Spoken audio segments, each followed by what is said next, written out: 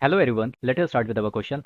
In this question, it is given that there is a thin rectangular metallic strip which is having a constant current I, which is flowing through the positive x direction as shown in the figure. That means in this direction, there is a current which is flowing. Now the length, width and the thickness of the strip are given as to be L, W and D respectively. There is a uniform magnetic field B which is applied on the strip along the positive y direction. So this is our y direction, okay? The up direction is the y direction. Now due to this, there is a charge accumulation which is experienced which experience a net deflection along the z direction. And where is the accumulation of charge? It is on the surface PQRS and equal and opposite charge on the face opposite to PQRS. That means on this face and this face there is charge accumulation. There is also a potential difference which is developed along the wire. Why it is developed? Due to the accumulation of the charges. Now the charge accumulation continues until the magnetic force is balanced by the electric force. Now if we want to balance this charge accumulation, magnetic force should be balanced by the electric force, or these values should be equal. Now the current is assumed to be uniformly distributed on the cross section of the strip and carried by the electron. Now we need to consider two metallic strips 1 and 2 of same dimension N1 and N2, okay, respectively. Now the strip 1 is placed in magnetic field B1 and strip 2 is placed in magnetic field B2, both along the y direction. Then V1 and V2 are the potential difference which are developed across between M and N in the strip 1 and 2. So this is our M. This is K and M. So this is our K, this is our M, along which the potential differences are this basically appearing. Now assuming that the current is same for both the strip, we need to match what is the correct option, and the option are regarding the magnetic field value, the N value, and the we can say that voltage value. Okay. Now if we just see the statement here, it is saying that this accumulation will stop when magnetic force is balanced by the electric force. How can we write the value of the magnetic force? It is equals to Q into velocity, which would be the drift velocity, QVB. What is the electric force? It is charge times the electric field. How can we write this VD? Because Q and Q would be cancelled. So we need to place the value of VD. VD is equals to I divided by NEA, where I is the current, N is basically the number of electron per unit volume, E is the charge on the electron, A is the area. Now area of this, we say that this cross section, which would be equals to W multiplied by D. This would be equals to, so Q is already cancelled. This would be equals to electric field. Now in this region, due to the electric field, so there would be a potential which would be developed. Now we know that electric field could be written as V divided by the distance between the two. So from here to here, the distance is W. We put the value as like this. So this would be the case. So we can say that I would be equals to, V would be equals to, here it would be B also. So potential difference would be equals to I into B into W divided by N into E into A. What would be the area? So area would be W multiplied by D. So it would be W multiplied by D. Now this and this would be gone. So we can say that V would be, or we can just rewrite this statement as VD divided by B. This would be equals to I divided by NE. Okay. We can write it like this, or what we can do, because this magnetic field and we need to have a relationship between B, N and V. So we can just rewrite this expression as, V into N divided by B. This would be equals to I divided by ED. Okay, so these values are constant. So we can say that we just write here as V1 N1 divided by B1. This would be equals to V2 N2 divided by B2. We can just write it like this. Now in the A and B option, B1 and B2 are same. Now if we just calculate the A and the B option, we put the value of B1 and B2 equals to B. Then we can say that V1 into, what is the value of N1? It is twice of N2. So 2N2 divided by B1 and B2, we are just putting the value as to be B. V2 into N2 divided by B. So from this we can say that V2 should be equals to twice of V1. So that means A would be the correct and B would be wrong. Now in C and D, in option C and D, we have been given with our N1 is equals to N2 and B1 is equals to twice of B2. Now we put all the result into this expression. So V1 into N1 and N2 we are taking to be N divided by B1 is twice of B2. This would be equals to V2 into N value is N2 value would be N divided by B2. Now if we calculate this, we got the value of V2 would be equals to 0.5 of V1. Now if we check the option, V2 equals to 0.5 of V1. So we can say that C would be the correct option and D would be the wrong. So the correct option are A and C. Hope you understood the solution. Thank you. ये एक passage दिया हुआ है, electrical resistance of certain materials known as superconductors. हमें कुछ materials होते हैं ऐसे जिनके इलेक्ट्रिकल रेसिस्टेंस के बारे में ये क्वेश्चन बात कर रहा है। Changes abruptly from a non zero value to zero as their temperature is lowered below a critical temperature Tc0। जैसे ही हम इन मटेरियल्स का टेम्परेचर जो है किसी क्रिटिकल टेम्परेचर Tc0 से कम करते हैं तो इनका रेसिस्टेंस का वैल्यू किसी नॉन जीरो वैल्यू से जीरो तक काफ़ी एब्रप्टली चेंज होता है। An interesting property of superconductors is that एक और इंटरेस्टिंग प्रॉपर्टी इन सुपरकंडक्टर्स का ये है कि their critical temperature become smaller than Tc0। उनका जो क्रिटिकल टेम्परेचर है नॉर्मली तो Tc0 होता है, तो ये Tc0 से भी कम हो जाता है if they are placed in a magnetic field, अगर इन्हें किसी मैग्नेटिक फील्ड में हम लोग रख देते हैं। That is the critical temperature Tcb is a function of magnetic field strength B। जो क्रिटिकल टेम्परेचर होता है B मैग्नेटिक फील्ड के प्रेजेंस में वो उसके मैग्नेटिक फील्ड के स्ट्रेंथ के फंक्शन में होता है। ठीक है, the dependency of Tcb on B is shown in the figure. और ये जो फंक्शन है उसका ग्राफ जो है हमें वो इस फिगर में दिखाया गया है।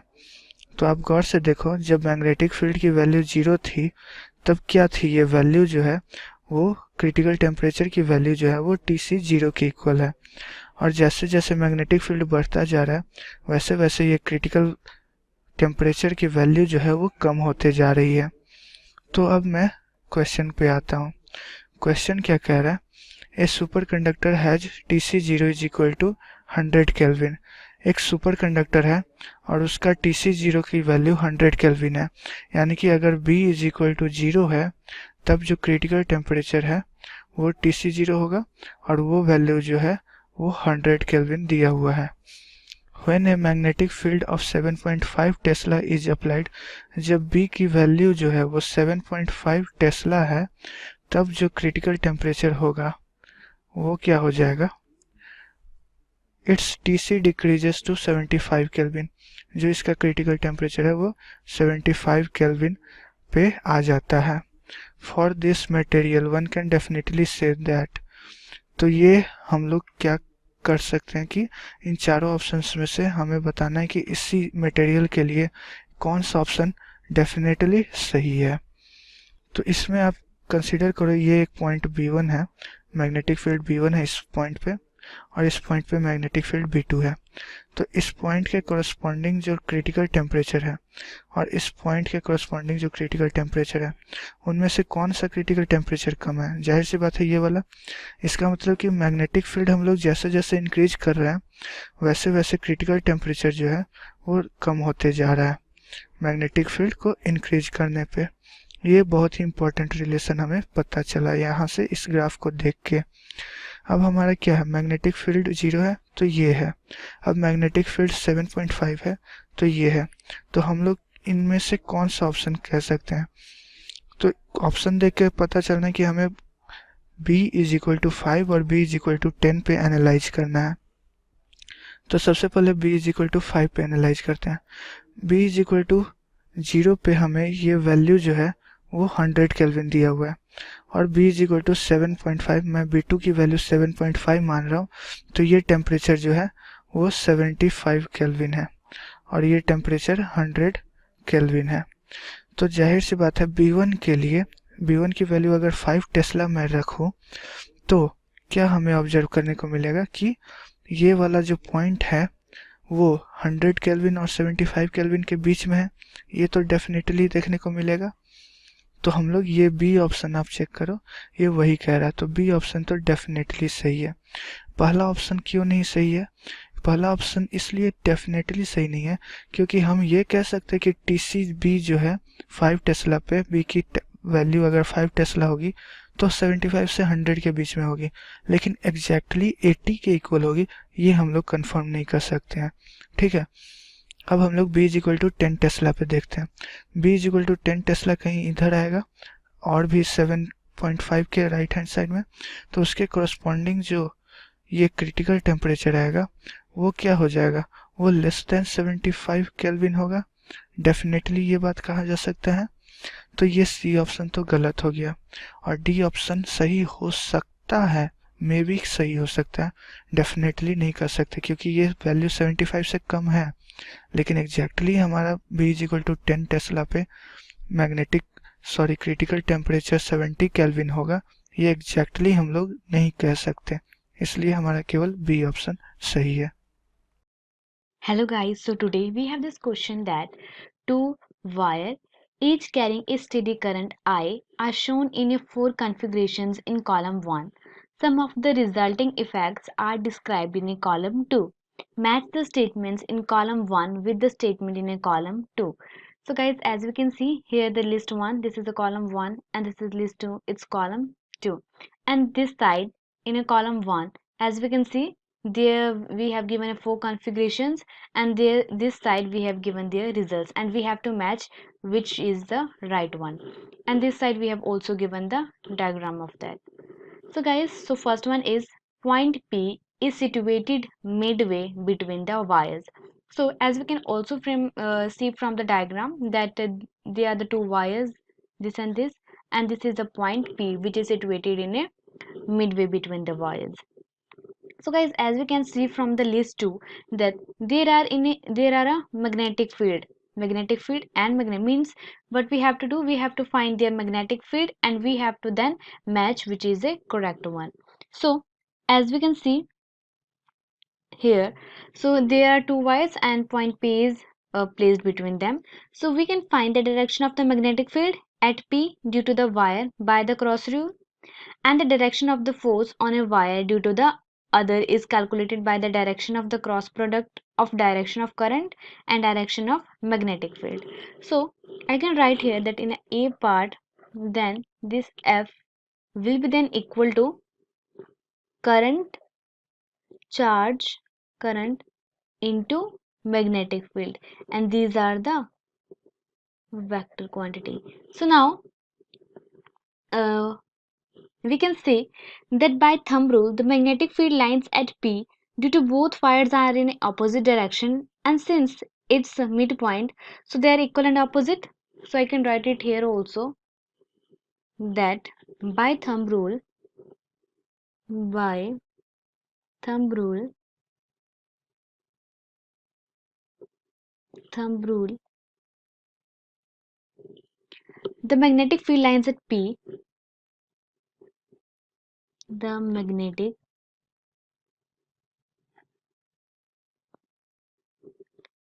field lines at P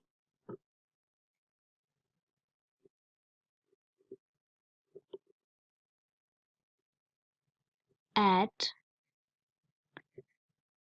P due to wire, due to wire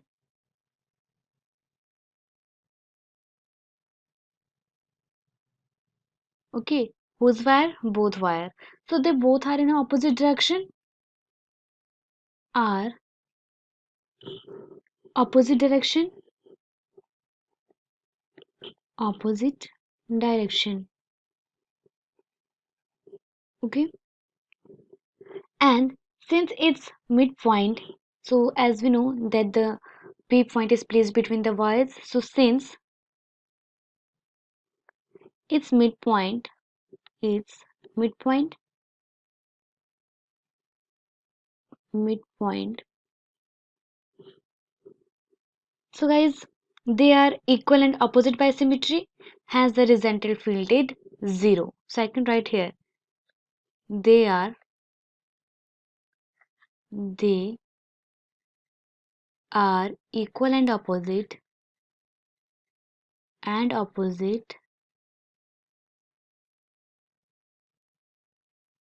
in symmetry, right? By symmetry.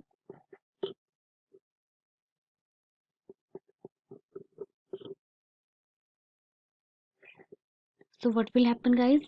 They will cancel each other effect and hence the resultant will be 0. Hence resultant is 0. So if we move towards the options guys, so which option is right? So as we can see that here the first one is the magnetic field due to current in a wires are in the same direction. No, they are in a opposite direction. It means this option is right, and there is no magnetic field at P. This is also true for 1. Why? Because we can say they are equal and opposite, and then there is a no magnetic effect. Hence the resultant field is 0. So we have the correct option, that is Q and R. So I can write here for this the option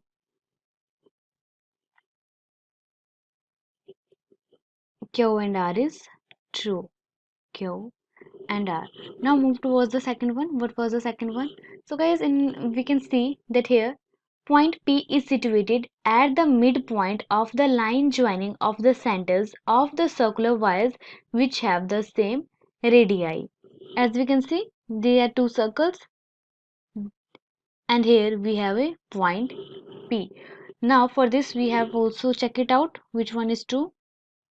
So guys, uh, by thumb rule, the magnetic field lines at P due to the both wires are in the same direction. So we can say the wire neither attract or not repel. So I can also write here, this is a B part. So by thumb rule,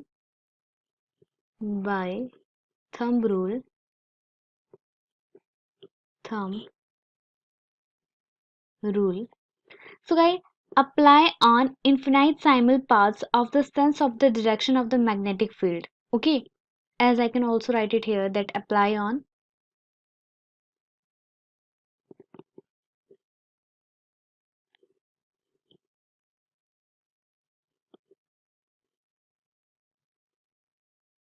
infinite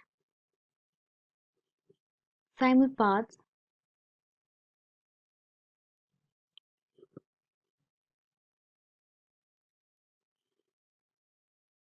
for the sense of direction, for the sense of direction of magnetic field, direction of magnetic field, magnetic field. So we can say by thumb rule, the magnetic field lines at P, magnetic field lines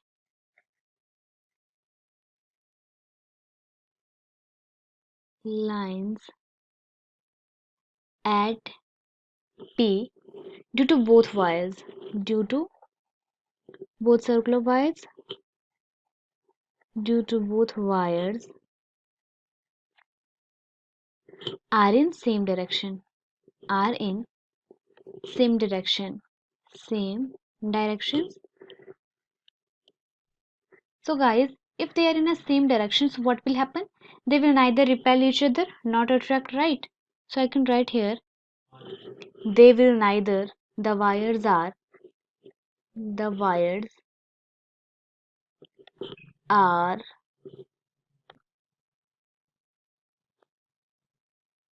attract not repel, not repel. So guys, as we move towards the options, so as we can see from the options that which option is right. So here we have this question that point P is situated on a midpoint of the line joining of the center of the circular wires.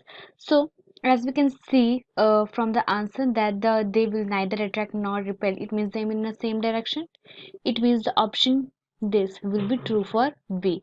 So here in options I will write the option, here I will write option B is true. Now guys, if we move towards the third one, so we have here the third part, that is point P is situated at the midpoint of the line joining of the center of the circular wires which have same radii.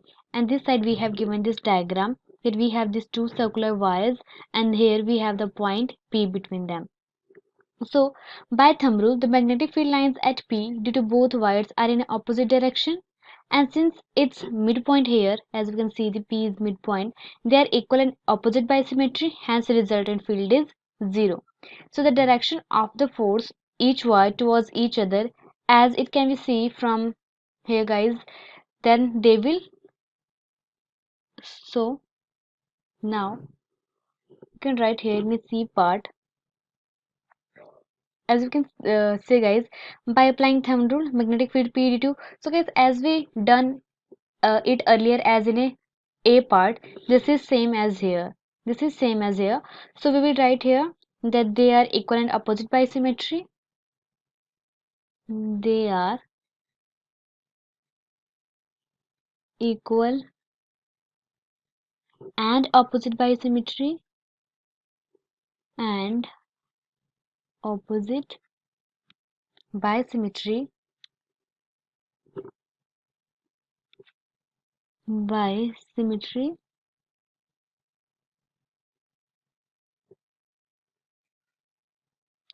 right? So it means its resultant will 0, hence resultant will 0, resultant is 0. So as we move towards the option, so for this will be same, the option Q and R will true for it, as they are equal and opposite each other, so there is no magnetic field.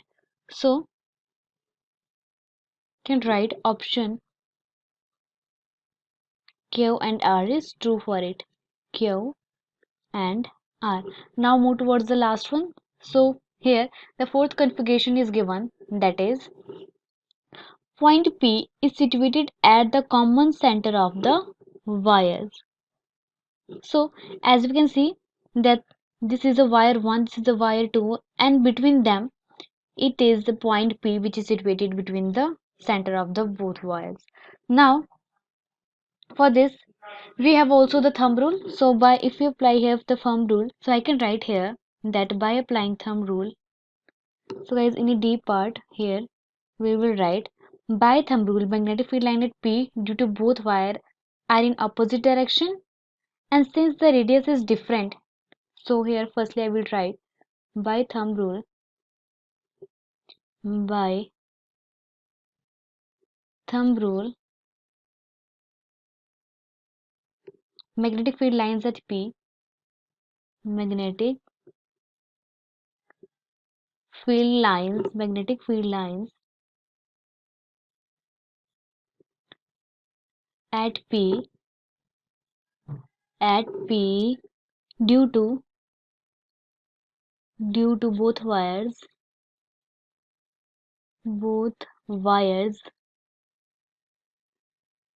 are in opposite direction, are in opposite direction, opposite directions,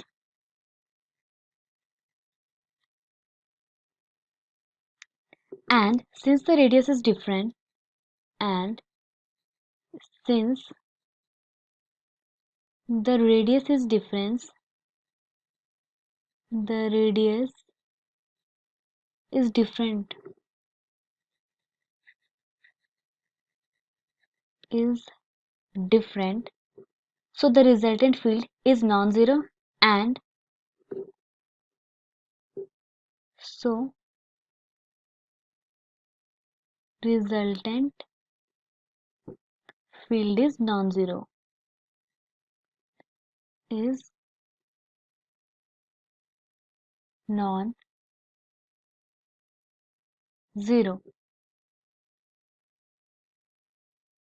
and in opposite direction, opposite directions,